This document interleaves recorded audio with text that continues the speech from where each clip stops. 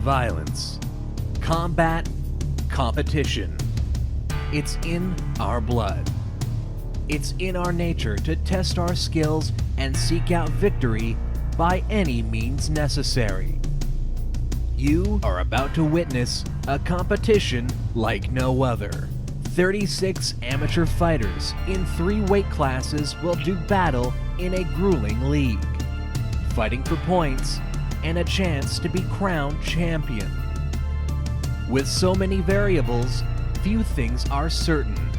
One will rise, many will fall, and no one's getting paid. After the dust has settled, 4 fighters from each weight class emerge from the carnage.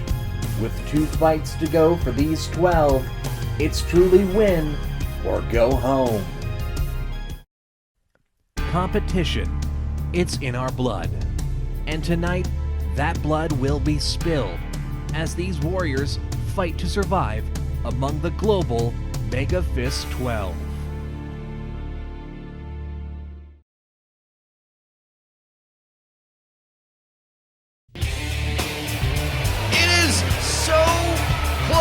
To crowning championships here in Branson, Missouri. It is the semifinals. We are going to be one more step closer to our first ever global MEGAfist 12 inaugural champions. This is a big day. Heads will turn and roll and fall and other verbs. We are live from the Nougaty Center. My name is Derek Osceola. I'm joined as always by Lucille Crammelcorn. And of course, Michael Oleander is with us here at the desk. He'll be cage side just a second. Lucille, lovely to have you as always. It's a big day of semifinals.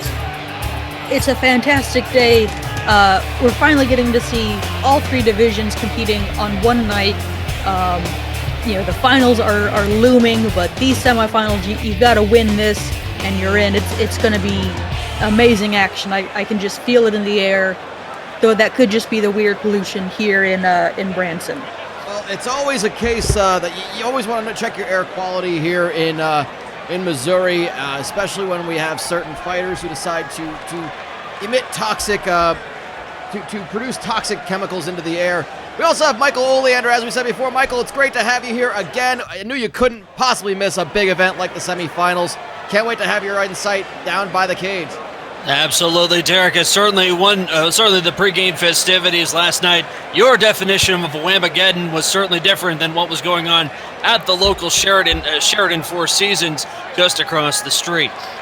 No doubt about it. Well, Whamageddon and 6 fighters tonight will reach Whamhalla as they will, of course, find themselves in the grand finals on December 29th. It's a quick turnaround.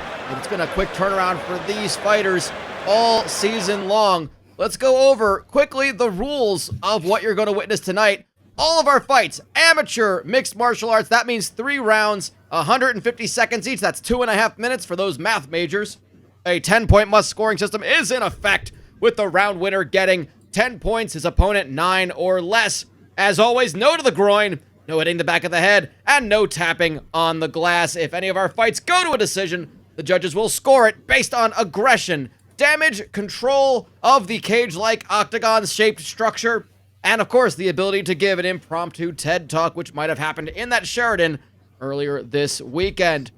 Big fights tonight. It's got big fight feel, and our main event tells us that is a huge big fight feel, Fritz Milgram, the undefeated heavyweight, the man with electricity coursing through his veins, taking on Oliver Lehman, who was unexpectedly finished in second place. Many people were talking about this as a possible final, but they are going to do battle in the semis here in our main event.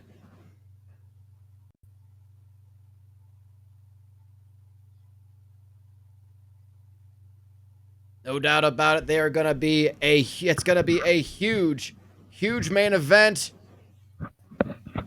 Did we lose your mic there, Lucille, for a second? Oh no, I apologize. I was just in awe of the fantastic violence we will no doubt see in this main event. And I was momentarily awestruck and unable to communicate. So my deepest apologies, Derek. No problem there. That is one of the fights that we were talking about from the very, we were postulating and positing many of these potential finals, potential semifinals when we start crossing over between the groups. This was one we had talked about, and we're guaranteed to get it. It's our main event, Milgram and Lehman. One of them will go to the grand finale. The other side of that bracket, Dr. Igor Tonic, a bit of a surprise, getting that big win over Lehman in the final day of the group stage. He takes on the hard-working man, the blue-collar, green-thumbed Lonnie Fescue. This is going to be an interesting clash of styles between these two heavyweights, both who only have a single loss on their record. Oh, absolutely. Tonic, just with a shocking win. His last time out, Fescue just, he's been grinding this whole season. Gosh, I can't quite pick, and I hate to show any bias, but I'm just really looking forward to this one too. These guys have shown time and time again that they are some of the cream of the crop of this heavyweight division. No doubt about that. And of course, we move on to, well, we have the lightweights to talk about. Miroslav Florislava, yet another undefeated fighter. We could be seeing an all undefeated final in the lightweight division. That's the only other place we could see any undefeated fighters taking on a bit of a surprise appearance here in the semis. Trevor Serrano came on strong with a big, many were calling it an upset victory over Beginnis Swordhouse.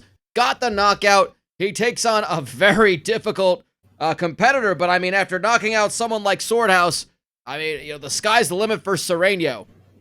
Absolutely. Serrano caught fire at the right time. That he punched his ticket on the last possible night of fights. But Florislava, even if he wasn't covered in asbestos, he is shown to be extremely flame retardant in his ability to dampen his opponents and just completely dominate and win every fight. Serrano's going to have a lot of work cut out for him, but if anyone is capable of cutting through, I think it's got to be Mr. Trevor Serrano. Yeah, no doubt about that. I think that the truth out of Miroslav Florislava is if there's a way to beat him, we certainly haven't seen it yet. Speaking of that, another undefeated fighter, Rob Lynn the Goblin, Canada's best pickpocket, taking on JC Switcher, the living mannequin. This is going to be a high-octane, high-intensity fight. I am looking forward to this one. I can't wait to see what this one is going to produce. Switcher, it could be a wild card. When he is on, he is very difficult to beat, but he's going to have to be very on to take on the undefeated Lynn. Yeah, I mean, there's obviously the issue of, we haven't seen exactly what's worked to stop Rob Lynn so far. He is undefeated at 5-0, but, no fighter goes undefeated their whole career. Switcher, he's definitely got all the tools capable of putting the win together. It's just a question of if he can, accomplish it in such a high stakes scenario. No doubt about that. Well, that's going to be another one. We talk about the middleweights as well. This is one that is raising a lot of eyebrows. A lot of people have been talking about this one going into it once we knew the matchup was set. The Tumor of Justice taking on another late bloomer in the group stage, Chet Lama. It's going to be a submission battle. Both of these fighters prefer to tap out their opponents, both with the armbar. It could be a grappler's treat. Oh, absolutely, Derek. Chet Lama has, just come on strong. So from what he started at 0-2 and just rattling off 3 straight first round finishes, to even have a chance of making the semifinals is incredible. The Tumor of Justice, he's only lost once. That is a tough man to put away. But this hillbilly mystic just might be able to be the one to really close things up and move on to the finals with his incredible submission skills. I like that. The hillbilly mystic indeed. The Zen, everything Zen sort of individual. But on the other side of that bracket, it is quite the battle. It is, in fact, Jerome Glorioso, the unwilling president of the French and Southern Antarctic lands, excuse me, taking on Dale Branston, the Pickle King of, I believe, the general New England area. A man whose record proves he deserves to be among the top level fighters. Only got his first win that wasn't via decision on the very last day of the group stage, and it was enough to put him over the top and into the semifinals. He's got a tough opponent in Jerome Glorioso. That is our other semifinal in the middleweight division, but we're going to start things off in a big way. This lightweight battle, we're going to start with the lightweights. Rob Lynn and JC Switcher is about to go down right this minute.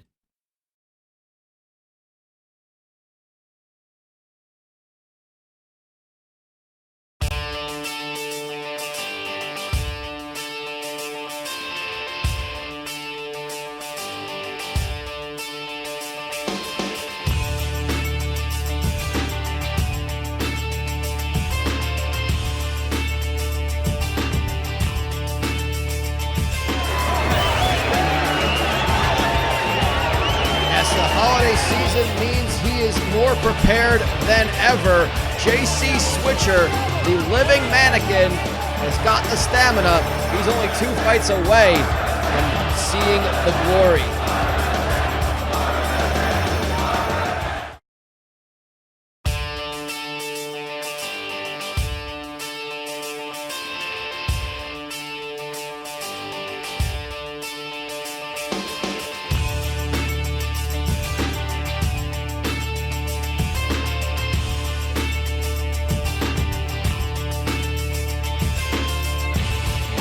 His opponent, the Goblin himself, Rob Lynn. The sleight of hand.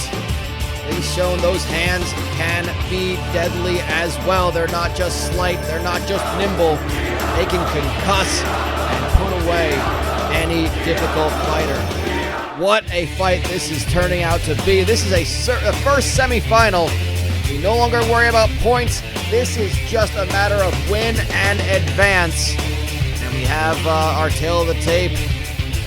Anything striking you interesting there, Lucille?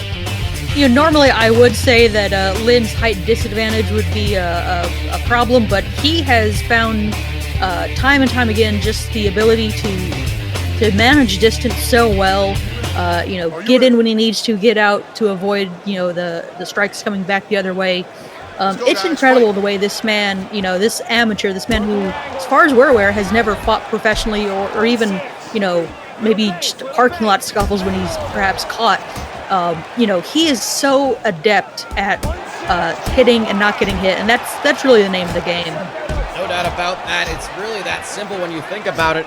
And we're seeing Switcher is going for a very aggressive start to this fight. I guess one way to look at it is if you can't let him defend, then maybe that's the best strategy to go with. Is you just keep him on his back foot, and he can't be deadly. He can't get a good footing. Just blitz him, and it lasted about 50 seconds, excuse me. And Switcher they're back to the feet, and they reset about a third of the way through the round. Yeah, absolutely. Switcher is just throwing there's a lot of power behind a lot of these shots, but a lot of volume to keep Lynn from, setting up anything and really thinking clearly. He's doing a lot of reacting, a lot of, as you said, staying on the back foot, unable to really engage on his terms. And, nothing has really worked against Lynn, so perhaps this blitzing style is if he can catch Lynn, it'll be the thing to take him out. I think one of the knockouts of the season was delivered by JC Switcher, a spinning back fist knockout. He likes to go for those unorthodox strikes every once in a while. His record, just a charging knee right to the midsection. He likes to. Again, this is a professional fighter. You call this unorthodox. I think for an amateur, it's just a matter of just why not? No one's told you necessarily these are bad ideas, so you go for it and you see if it works. Oh, absolutely. There's a. I'm going to paraphrase this, but there's a somewhat famous quote about a world-class fencer is not fearing, perhaps someone who has fenced for a while, but someone off the street, because God knows what he's going to do with that sword once he starts swinging it around. Exactly. Oh, and Lynn draws first blood. He is landed that uppercut, and he's trying to put the finish onto Switcher, who scrambles. And I think with just a little bit more time, we're at 5 seconds to go. This still could be time for the finish. Lynn takes the back and, well, I think just kind of rolled through it. And that's the end of the round. You got to imagine with a little bit more time, Lynn could have put the finish right there. Absolutely. Okay? Wow, well, an interesting cagey first round. Switcher really going for a lot, but Lynn might have done enough to steal it at the end. No pun intended. We go down to Michael Oleander with some reports at cage side after that first round. Excellent. Thank you very much, Derek. Now, you did see the little bit of blood showing on the abdominal area, rather the upper breastbone of JC Switcher, and I talked to the cornerman about what causes that to happen. He said it's an ink blot. It's one of those ink packets that where you try to open up the money or try to steal merchandise, it explodes. As for Rob Lynn's corner, I asked him what the big strategy was for this, and he said, check your bank account, which point I discovered that I have been Western Union out of $1,800. Back to you.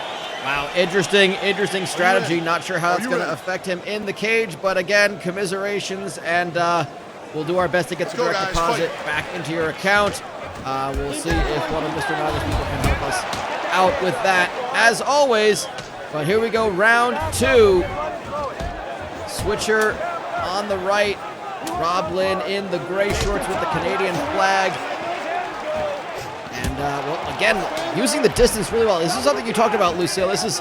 Rob Lynn is moving in and out very quickly. He's very nimble. He's got a very short reach especially compared to JC Switcher, but he can just close the distance like that. Absolutely. It's distance. It's the knack for getting an opponent's timing.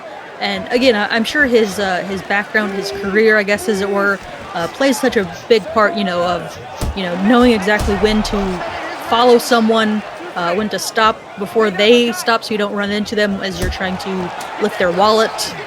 Just so many innate things that years and years of pickpocketing have, it's a surprisingly good base for at least amateur mixed martial arts. I would not have guessed. Who would have thought about it? But again, the stamina of JC Switcher is coming alive. He's taking a lot of this punishment, and he's still coming forward. He's still putting a lot of strikes in there. He's not throwing as many as he was in the first round, but he's still looking for his spots, and he got a knee! Oh, he just came up one of those knees, and he caught him right to the chin. Drop Lynn! This is huge! Oh my God! Lynn is hurt! Lynn is hurt! Lynn is out! The favorite has fallen! Lynn is out! My God. Well, there is nothing plastic about this victory. This is as real as it gets. JC Switcher with the huge upset will stand motionless in the finals.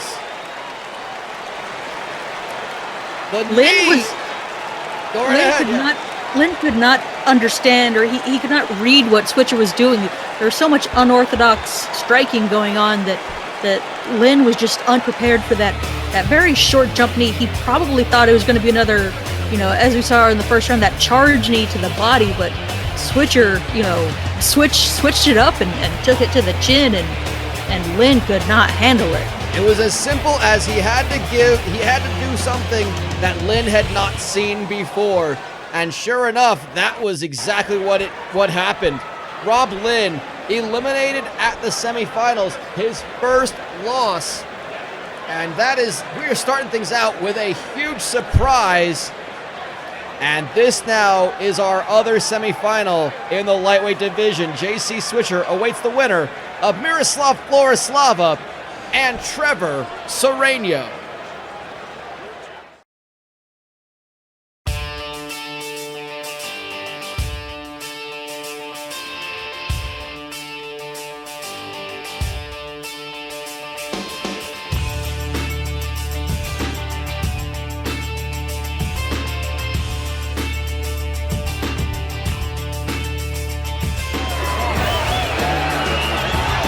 Trevor Sereno, the high school guidance counselor, seemed to channel something from a from some sort of past, whether his own or something he's familiar with. He turned up the violence in the last few fights. He is ready to make his way into the semis.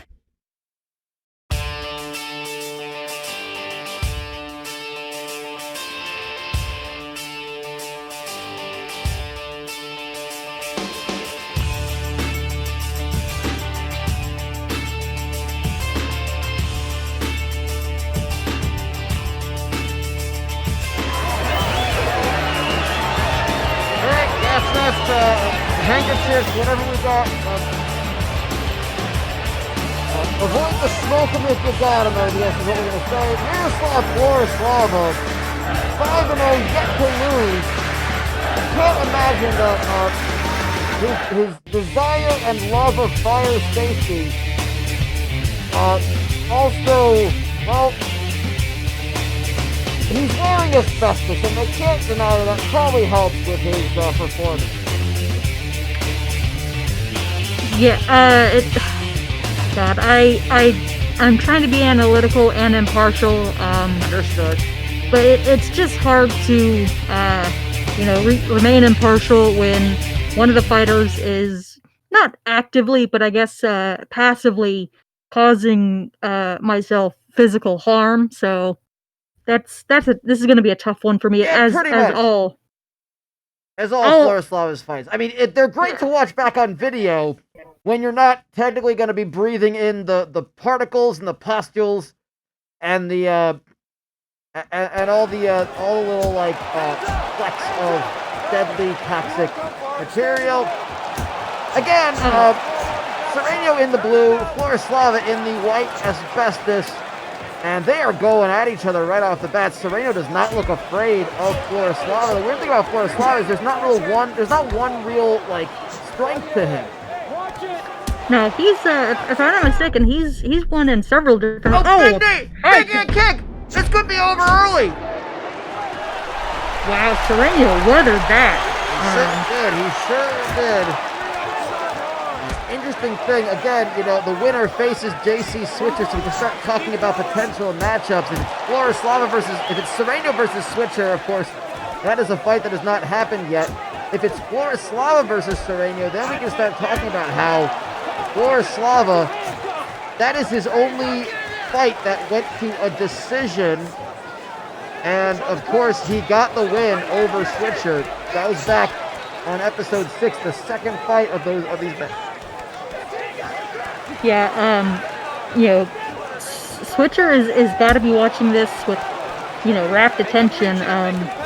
Just trying to find the holes in either man's game. But I think Sereno might be taking the page out of Switcher's book and just trying to go aggressively against Florislava. He's shown some propensity for some violent finishes, and I think no doubt about that. He's just got to go all out in the hopes of catching Florislava with something big, like that clinch knee or some of these clinch elbows. Yeah, he's got the strikes that can put a man out. I remember he got a deadly knockout in the third round of Beginner's Swordhouse in the most recent fight. TKO wins over Zeke Apnea and Vern Wintergreen. But, again, he's got those strikes that are so deadly, so dangerous. And he's got that sort of like, he's got that look in his eye. He's got that sort of like mindset of just go right at it.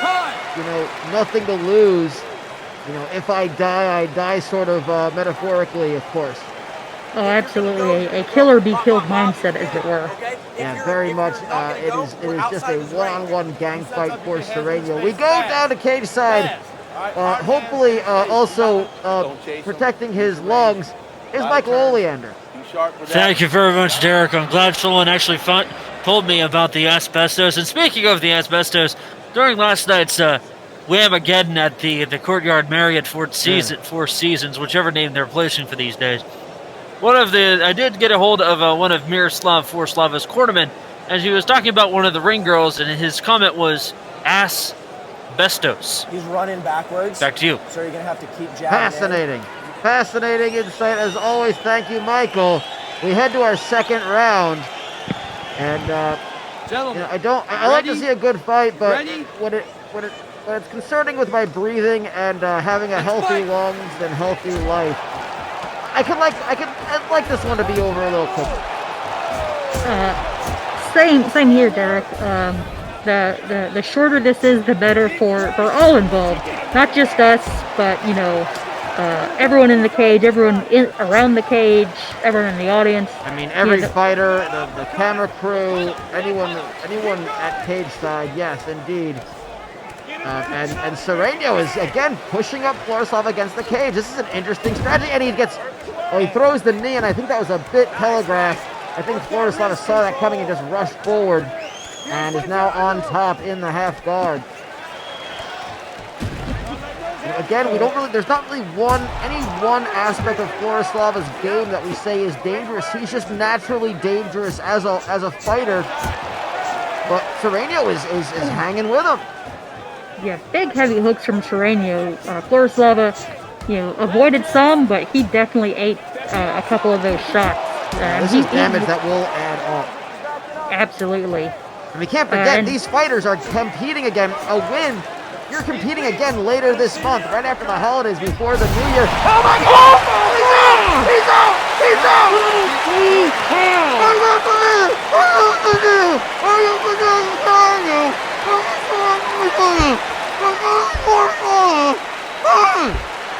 My God! What a one-punch!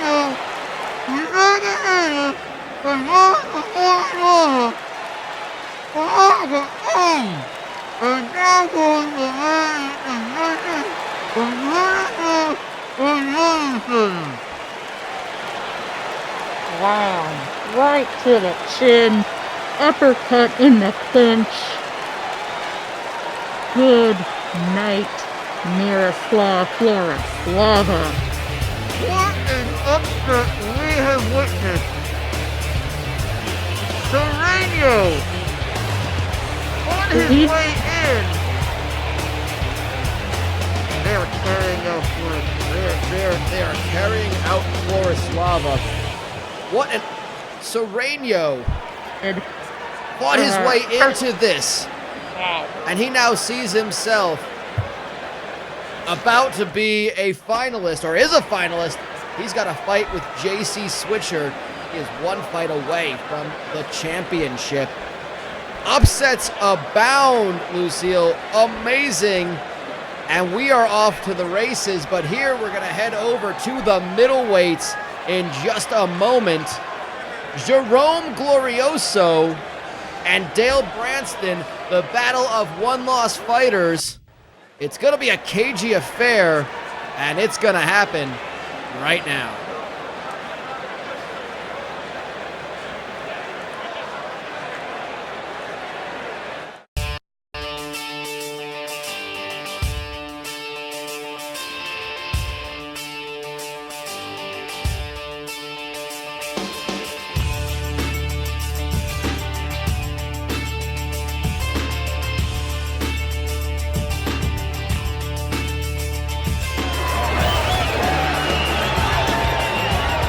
The Pickle King of New England, Dale Branston, has maybe turned up a new level of brining liquid in the most recent knockout victory.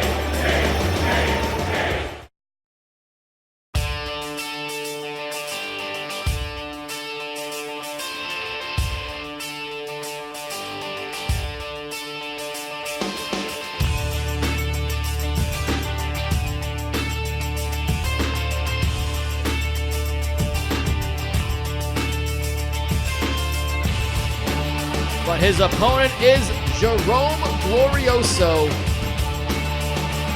the unwilling president of the French and Southern Antarctic lands. No one really knows, he himself included, how he got that title, or how he got elected to that position. He certainly didn't want it, but it's turned him into quite a good fighter. Lucy, you want to go through detail the tape really quickly? Branson is just a giant of a man at 185. But the interesting thing, he is mostly won by decision, other than his final fight to get into the semifinals. But yeah, he has not been able to use his overwhelming size for knockouts or submissions so far. So this will be an interesting contest. No doubt about that. Well, it's going to be interesting to see it here. Branston in the picklish green briny liquid look. Glorioso in the blue. Would be a cagey affair. Looking at it like low body shots. Branston. Oh my God! Immediately! Oh, the first right! And he's out! Oh my God! I don't know if I saw the clock. I think I saw maybe 10 seconds. And Glorioso. Well, he looks like they're ready to lay him up in the head of state. Jesus He Christ. throws the hook low, and it leaves him wide open. The head kick goes over the top and catches him right behind the ear, and that is the button that puts you to sleep. What a quick pickle, as I overheard someone shout, and I will take credit for it instead, for Dale Branston. I mean, we talk about having a fight again in less than a month. I mean, Branston's as fresh as it gets now. Yeah, and I think he's finally discovered the ability to finish a fight before the judges can weigh in, and that's pretty impressive to do it so quickly. That's impressive, and it's terrifying, to be honest with you. That power being in the hands and the feet of Dale Branston all along. Well, this is going to be an interesting battle right now. Dale Branston will go back and watch as the Tumor of Justice and Chet Lama will battle to be his opponent on December 29th.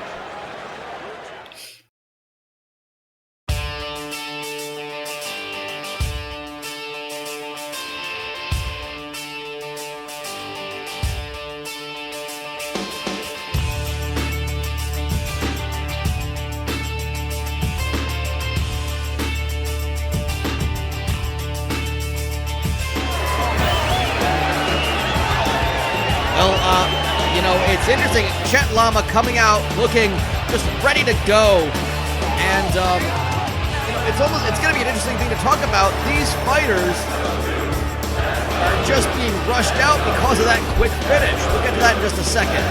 The Tumor of Justice comes out.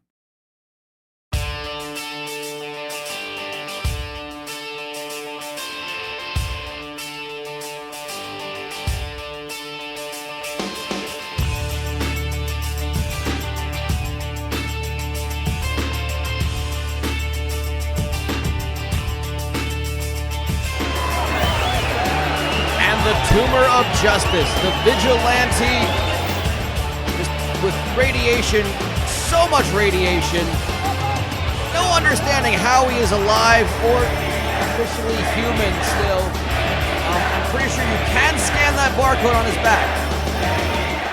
But, we're talking about, Lucille, if you want to, hopefully we don't have another instance where right when we're done talking about the tail of the tape, we see another finish, but I mean, take us through this one, please. Yeah, I mean, these guys are about as evenly matched as you can get in terms of, height and reach. Even fighting style is somewhat similar. They've taken different paths to getting to the semifinals. Like I said, the Tumor of Justice rolling along for the most part throughout this competition. Chet Lama really having to dig deep, after his first two losses. This is going to be... a lot of times you see in high-level MMA, two experienced grapplers will keep it mostly on the feet to avoid each other's submissions. But these guys kind of don't know enough about that, so, the Tumor of Justice with an early takedown. Yeah, they know what they're good at, and they're just going to go for it, I think, is the plan. No doubt about that. And again, and one of the things I alluded to during Chet Lama's entrance was that the last fight went so quickly that's got to be in the heads of these two fighters, knowing that they're going to be facing an opponent if they win, they face an opponent who barely broke a sweat. And on top of that, they may have been rushed out to continue on with the show. There's no way they could have predicted that sort of thing. Leg lock. Looks like an knee ankle. bar. Is that a knee bar, or I can't quite see it from this angle? If it's an ankle lock or a heel hook, or there's definitely that sort of. It's a leg lock of some sort. I can't quite see it from my vantage point, but I see the Tumor of Justice is back out of it. But these two look ready to go. I guess you're ready at a moment's notice in that locker room.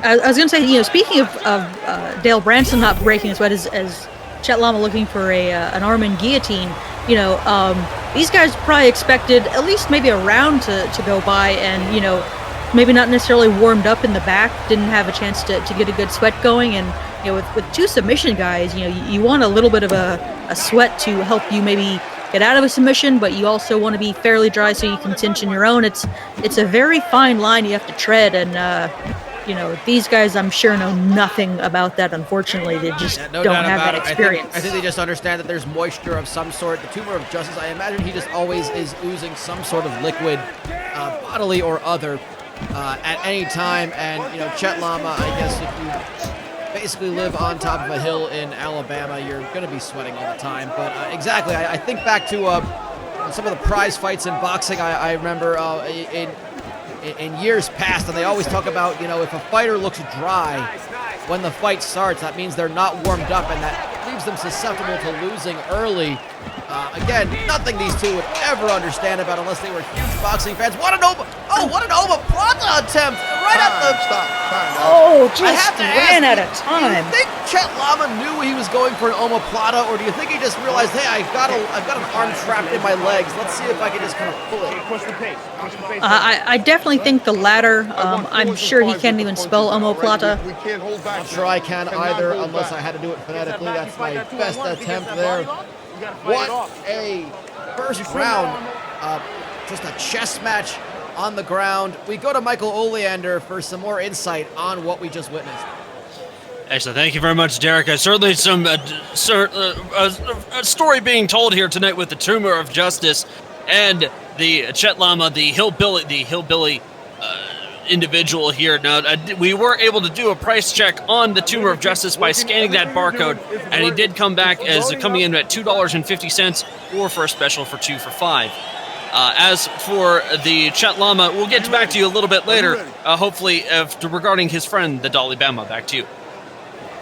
Very interesting. Thank you about that. Of course, the Dalai Bama, being the mentor of Chet. Of course, he's of course got that Iron Bull will in this, of course, and goes for an armbar again, just right back to the well. Absolutely. Chet Lama has, he's not necessarily super close to getting some of these subs, but he's definitely been more aggressive in going for submissions. The Tumor of Justice has been defending, which I guess, given his nature, it is in his repertoire to defend. And just that he looks for an armbar. This is an incredible match so far. He's got to separate the hands. He's just pulling. He's got to try and break the grip. Yeah, grip strength is the key to this one, and as far as protecting that arm bar, because the minute those hands separate, it's basically over. And he goes in for, it looks just like he's just straight up strangled. I think he's got his leg. I think he's going for a mounted go-go plata of all things. It's hard to see from this vantage point. That sure does look like it's either an arm. There's something going across it. He does have that. That was amazing. Yeah, I saw just the briefest hint of his ankle wraps, and wow. I mean, for those unfamiliar, that is basically taking the blade of your lower leg and using it to choke, just to collapse the throat of your opponent. And the Tumor of Justice must have a throat made of lead of some sort, because that did not crush the windpipe. He just goes right for that Kimura, I believe, or a key lock. It's hard to see again from this vantage point. Yeah, as much as I've watched, years and years of MMA, sometimes I get confused. The key lock goes one way, the Americana goes the other. It depends on which way your elbow's pointing. And the Kimura's in the middle saying, "What do you want from me?" Agreed.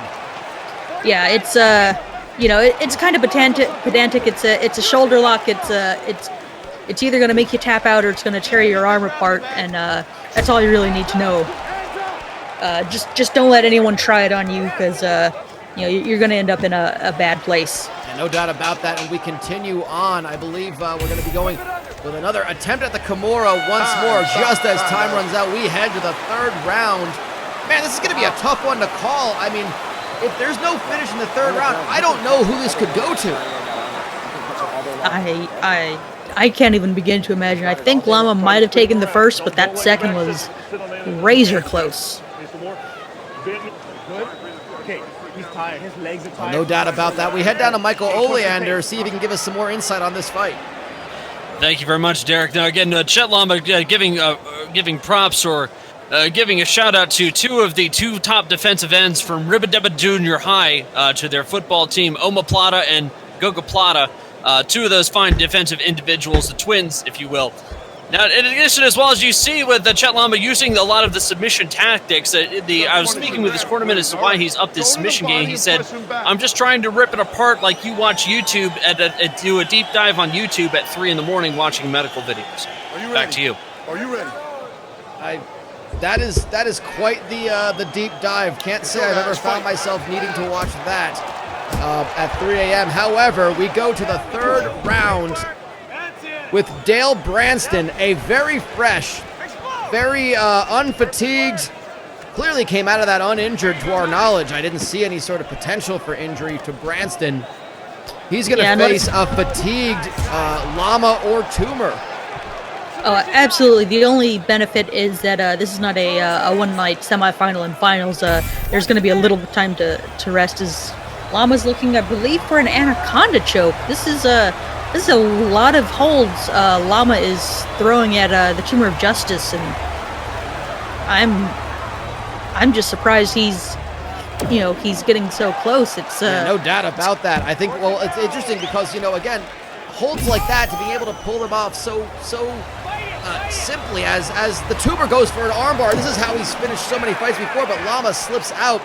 To know so many different submission holds, I mean, and to be able to go for them with such ease, like Chet Lama is, it takes years and years of jiu-jitsu training, but apparently you can also just sit still and meditate on a hill. Yeah, I'm gonna definitely in the off season have to spend some time and talk with Chet Lama and see how he's discovered some of these techniques. I mean, some guys can just watch one videotape and have basically learned photographically how a submission works. Some guys do take years of in-person experience, and the Tumor looking for another Kimura, but does not get it. He is staying busy. I don't know. I'm trying to figure out. There's blood, which looks like it has to be Llama's, considering it's all covering the arm of the Tumor of Justice. I don't remember any sort. I was thinking about this. We're talking about how if this is a one-night tournament, these guys would be exhausted, even if this were finished were to happen before the final 30 seconds, as we're reaching now. But to the credit of these two, there haven't been a lot of strikes thrown. There's a little bit of a cut on Llama. So there's not really too much potential for injury. I mean, fatigue, you can recover that in, 19 days between now and the final. So to their credit, the grappling battle this has been will be a little bit more easy to recover from. Absolutely. I think the only major strikes were some of those short little elbows to mainly to distract the opponent, to open up for the submission attempts that both men went for with abandon. That is a huge cut under Llama. If he is going to progress, I could not tell you who the decision goes to, but that is a huge gash. If he need that will be the only concern. There'll be some scar tissue that might be nice and ripe for Dale Branston to grab and grind with his own elbows or fists. Hard to say who wins it. I think Tumor of Justice might have just taken that third round, but whether that matters, I really can't say. We're going to see what our judges will do as we wait a decision to come in. Yeah, this is going to be very interesting to see how the judges come down on this one. Have a winner. It is going to be... It is the Tumor of Justice. edging it out by decision. I can't say I disagree with that. I think, you know, it was so up in the air. What the judges saw, clearly that was it. Absolutely. But if I'm not mistaken, this is our first group stage winner to advance to the finals, I believe. That it is. The Tumor of Justice is, in fact, going to battle in a rematch Dale Branston. And Branston took the Tumor to a decision victory, so it's going to be a rematch. Branston's got the win already. Tumor looking for revenge. That will be it. Coming up next, we have the only division left. It's the heavyweights. Dr. Igor Tonic takes on Lonnie Fescue. That is coming up right now.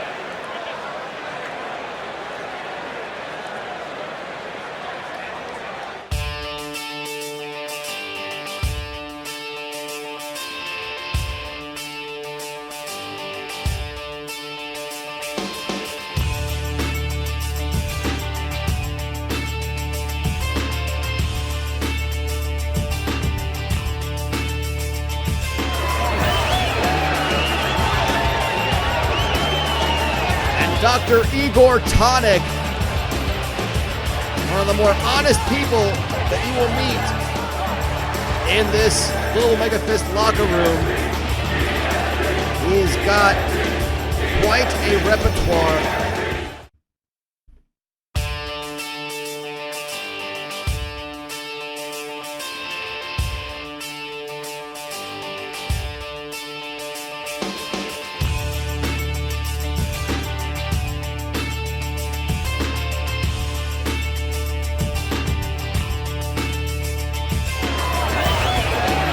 His opponent, Lonnie Fescue, a bit of a sentimental favorite to many in this crowd. I think so many blue-collar parents in this crowd coming here. They can relate to the lawn dad himself, the man with the green thumb.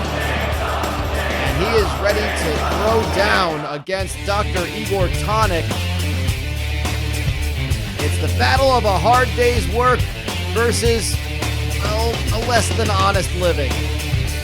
And, well, I guess the advantage slightly goes to Tonic.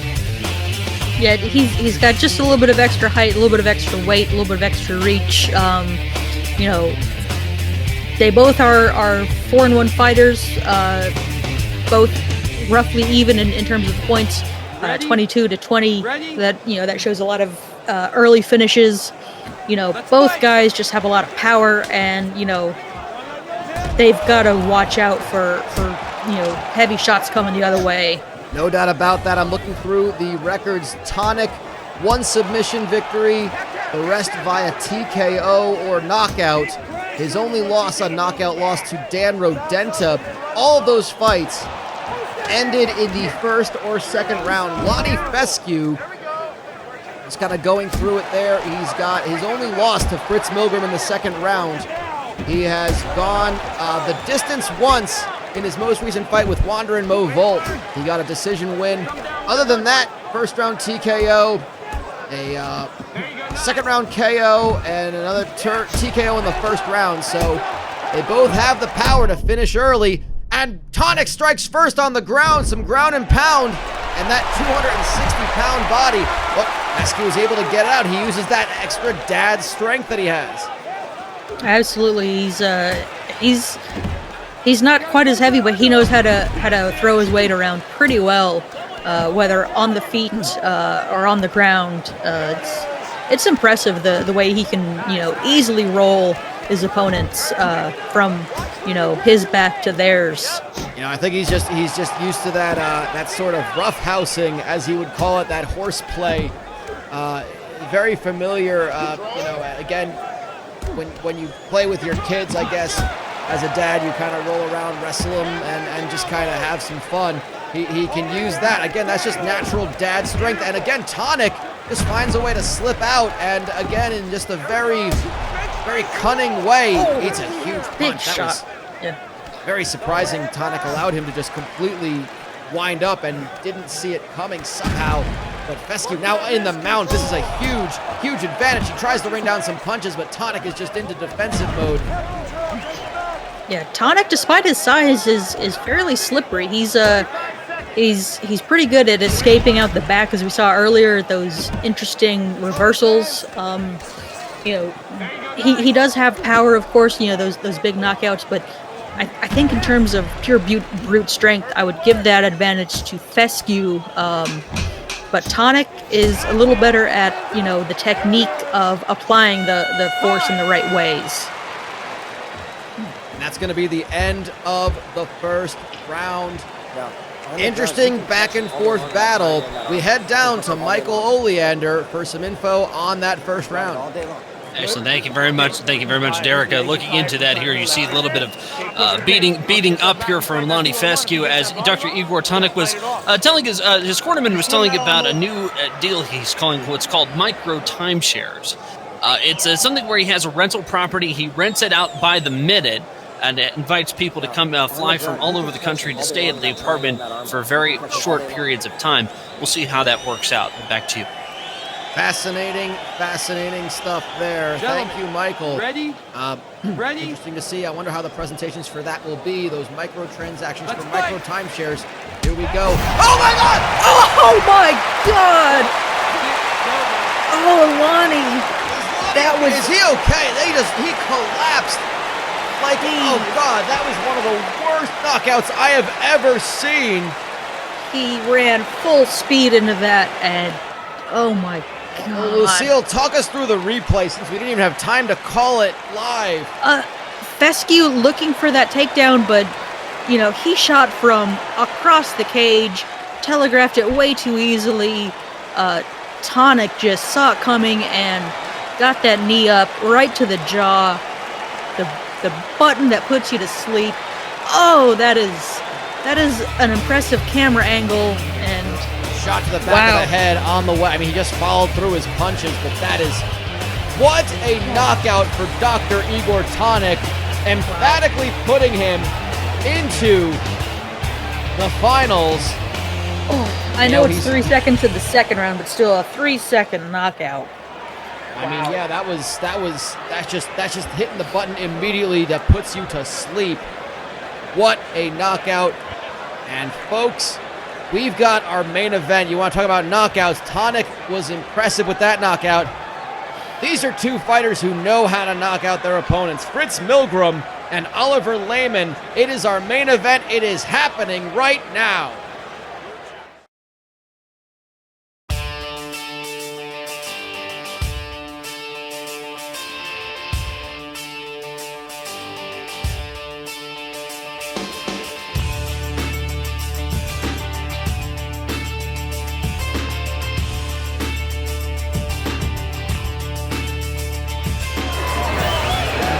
Oliver Lehman suffered his first loss in his last fight, a surprise to many, but he has been unstoppable before that, knocking out every competitor he has faced.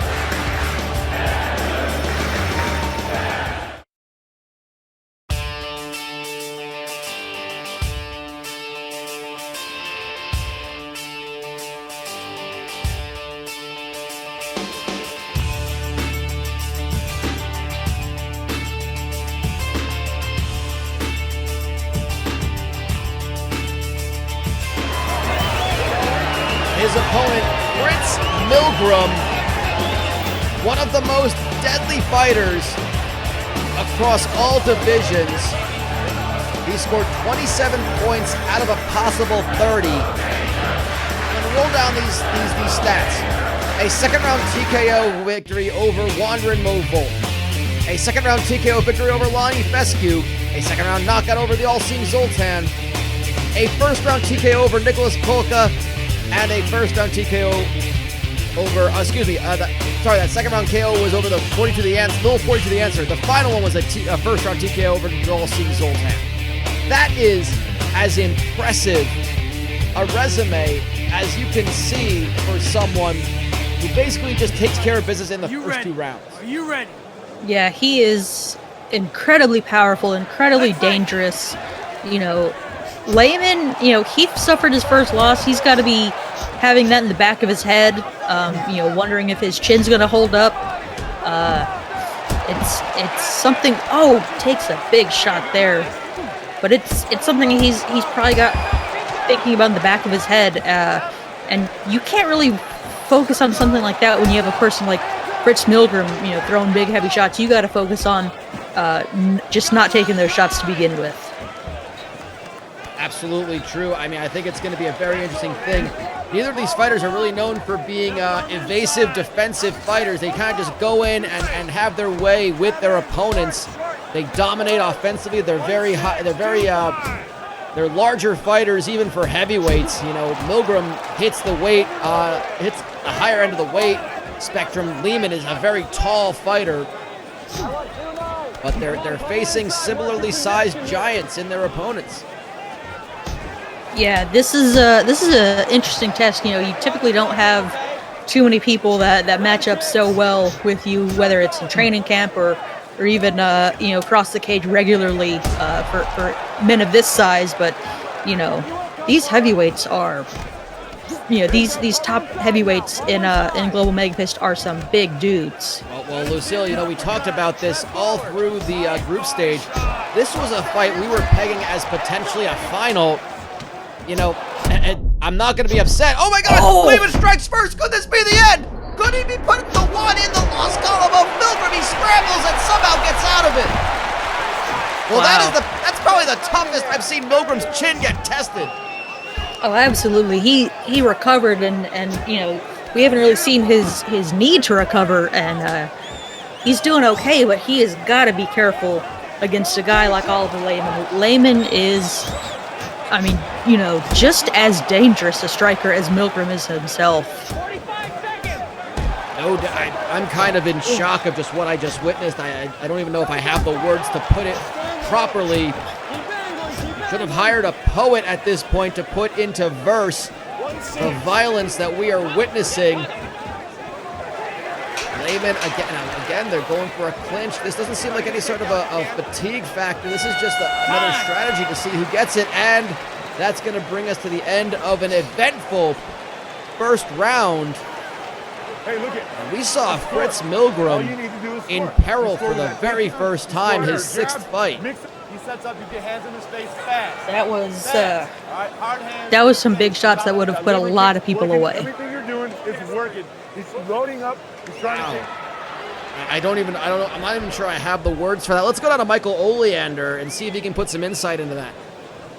Excellent. Thank you very much, Derek. It looks like you see the big shot that was taken there. In fact, it was with Fritz Milgram, in fact, that the way he recovered out of that is he actually took a small inflated balloon and rubbed it on the top of his head to generate more static electricity, powering his way, getting his way out of that big hit. As for Oliver Layman, however, he said this fight is likened to a Mike Tyson's final fight where he's entering a passcode, except the numbers are probably fabricated and will generate more money. Back to you.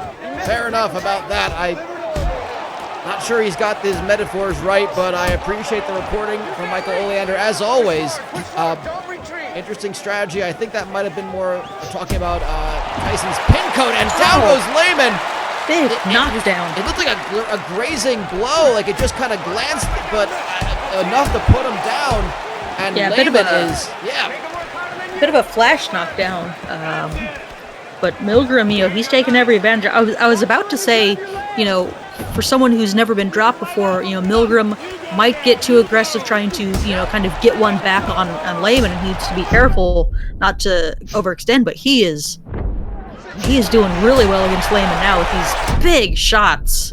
Oh, this ground and pound. He is really just laying into him. This is a beating that Layman is withstanding, and he is still putting forward the defensive effort. He's trying to just scramble free, get out of harm's way. I mean, to his credit, and he seems to reverse it just even momentarily, and takes the mount. This is huge, but Milgram just what a battle we are seeing with just over a minute to go in the second round. Wow, these guys are scrambling over each other like a couple of lizards out in the parking lot, just going nuts. No doubt about that. And wow, this is just probably one of the better fights I think we've seen all season long here in the Global MEGAfist 12. And no surprise there. It's one we were kind of clamoring for. I'm so glad we're getting it here in the semifinals.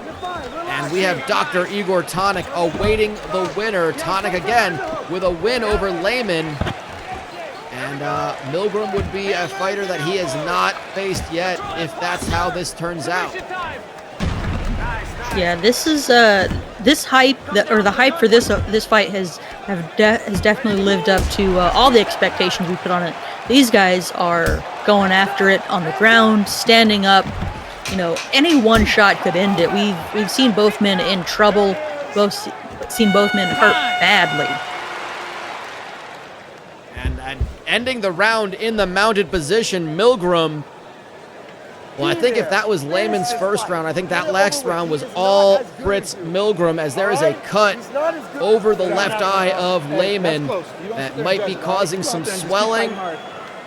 But so far, neither fighter has shown any sort of adverse effect to to the damage they've taken. Yeah, this is you know, that cut is definitely going to be an issue for Lehman. Wow, that opened up quick though. That's a lot of power to just cause so much damage. No doubt about it. Michael Oleander, your thoughts after that second round?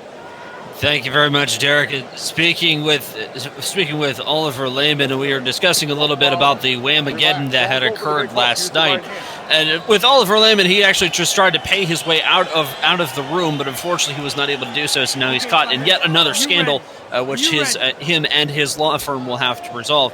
As for Fritz Milgram, he decided to meet up with a celebrity, the 8th child of LeVar Ball, called LOL Ball. And they formed a cringeworthy tag team of I believe they've called the name Shock and Ball Torture. Back to you. Yeah, not a fan of I'm not sure how that's going to brand things too well, but well, I don't want to be talking too much. I don't think it's time to be talking about branding when you're in the middle of a fight, but nonetheless, you know, the oh my gosh, well, Lehman has struck a really deadly blow to Milgram, and there is some blood spurting from the right eye. They are really just going into each other with reckless abandon. Big shots from Lehman on top. Milgram is in trouble. He's got to look. Oh, and he does reverse. Amazing to see that. Looking to pass from side controller, maybe just laying some ground and pound there. Yeah, this is the first time Fritz Milgram has seen the third round in his 6 fights. Lehman has seen the third round once before. He did get a win over Guff Magnuson. It took him 3 rounds to do it. But this is, well, Milgram seems to be dominating this one. He's having his way with Lehman. I don't think it's fatigue. I think it's just the utmost strength of Milgram that is putting him away. Well, it's not necessarily a cardio issue, but, you know, getting punched in the head and the body, that's going to just fatigue you. You know, even the best conditioned fighters. Takes the mount. Oh, big shot right to the swollen eye. Big, heavy ground and pound. It's over. It's over. Milgram has done it. The referee calls an end to it. He saw too much damage being suffered by Oliver Lehman. And yeah, they are tending to him. I think that might be a good stoppage. If we look at it in the replay, he was just not able to protect himself. That one separated the hands. I think maybe the referee thought that he went unconscious at that time. He didn't, but I mean, there was no way to defend himself anymore. He was done for. Yeah, anytime your hands kind of flop to the side, you know, that follow-up punch is going to cause so much damage. It's kind of wise for the referee to step in and prevent that big unnecessary shot from coming. No doubt about it. Well, Fritz Milgram wow, that is a huge cut under the right eye that will happen next 15 days, excuse me, 19 days. But he is moving undefeated to the finals. Well, Michael, Lucille, what a night it has been. a huge night of fights.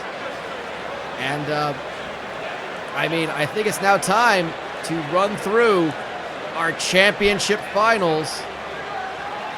I'm going to get some input from both of you in turn for this one. First things first.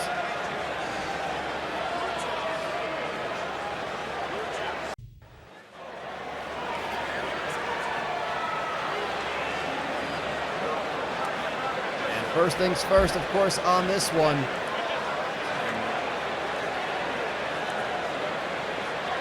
Losing our graphic for a second, but talk about, first of all, the battle between, I believe, Fritz Milgram and Dr. Igor Tonic.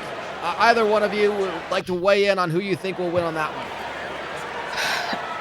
I mean, I've been impressed throughout this competition from both men. Igor Tonic, I think, has more avenues for victory. He's shown some submission skills. He's shown abilities to do very well on the ground. Milgram, though, is just so dangerous. It's hard to pick against him. But if I were to really be forced to choose, I would give a slight edge to Dr. Igor Tonic. I know that might sound kind of ridiculous considering what we just saw to Fritz Milgram, but fair enough. I think that's a very possible. That's a very possible thing to see. That we could see that. But, that fescue knockout was that's going to be in my dreams for a long time. Yeah, no doubt about that. Let's go over Michael Oleander, your thoughts. We're going to go ahead and talk about JC Switcher and Trevor Sereno, two fighters that were underdogs, won their fight, second place fighters in each group. It could be a toss-up. What's your thoughts on this fight? Yes, indeed, Derek. I know for a fact that when you flip the corpse of a chicken in the middle of the street, a fight will break out.